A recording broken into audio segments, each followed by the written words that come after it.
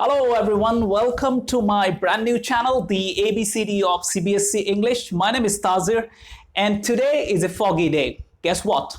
I came across a very interesting poem from class 10 English book, First Flight.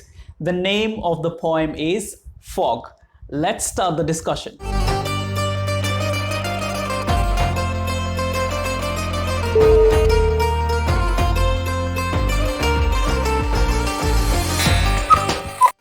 So I have divided my video into 4 different sections. Section 1 is going to tell you what is the poem about. Section 2 is going to tell you about the poet. Section 3 is an analysis of the poem. And Section 4 is about the literary devices that are being used in the poem.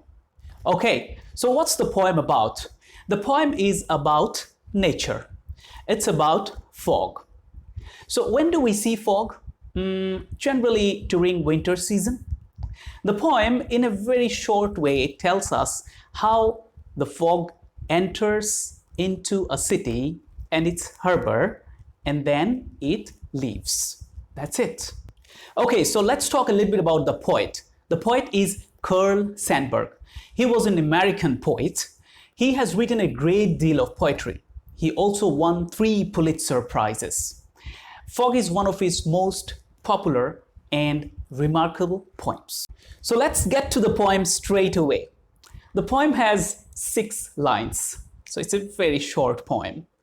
For my discussion, I'm going to divide the poem into 2 parts. First, we're going to take the first 2 lines, analyze them, and then we'll be taking up the last 4 lines and talk about them as well. Now the first 2 lines. The fog comes on little cat feet. Wow, I just love the poem. You see how the poet is giving us a comparison between the approaching fog and the approaching cat. Now, if you have a pet cat, and if you have noticed how the cat moves around us or how it comes to us, you must have seen cats move very slowly.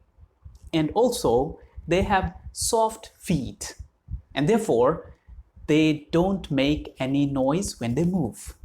Now, fog, just like cats, moves at a slow pace too, and they don't make any noise. Now, if you read the 2 lines again, the fog comes on little cat feet. We're going to see how the poet has merged these 2 ideas of the fog and the cat. And we see how the fog is slowly taking the form of a cat. So the fog is the cat now. All right?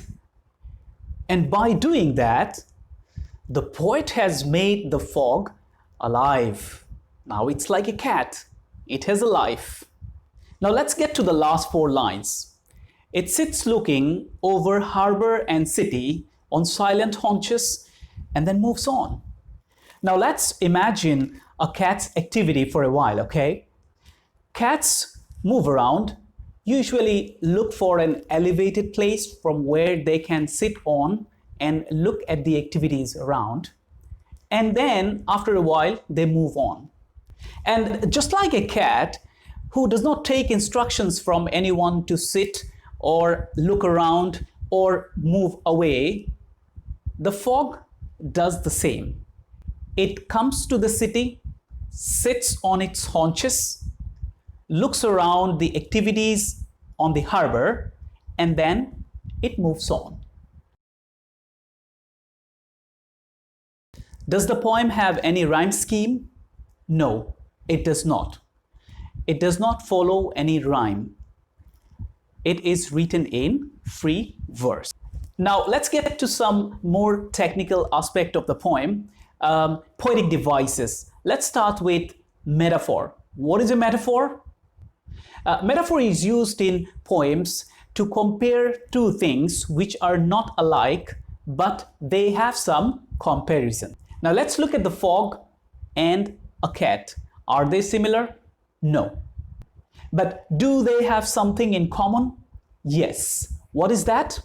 Their behaviors. The next one is personification. What is personification? It is a literary device used in poems to attribute some human qualities to some non-human things. Here, in this poem, the poet has added living qualities to fog. So, like a cat, it can come, sit, and then move on. Well, that's all for today. Thank you for watching this video. If you have liked it, please subscribe to my YouTube channel and share it with your friends, classmates, or someone who loves to read poems. Also, if you have any suggestions as to what should I pick up for my next video, please put these ideas on the comment box. Thanks again. Stay safe.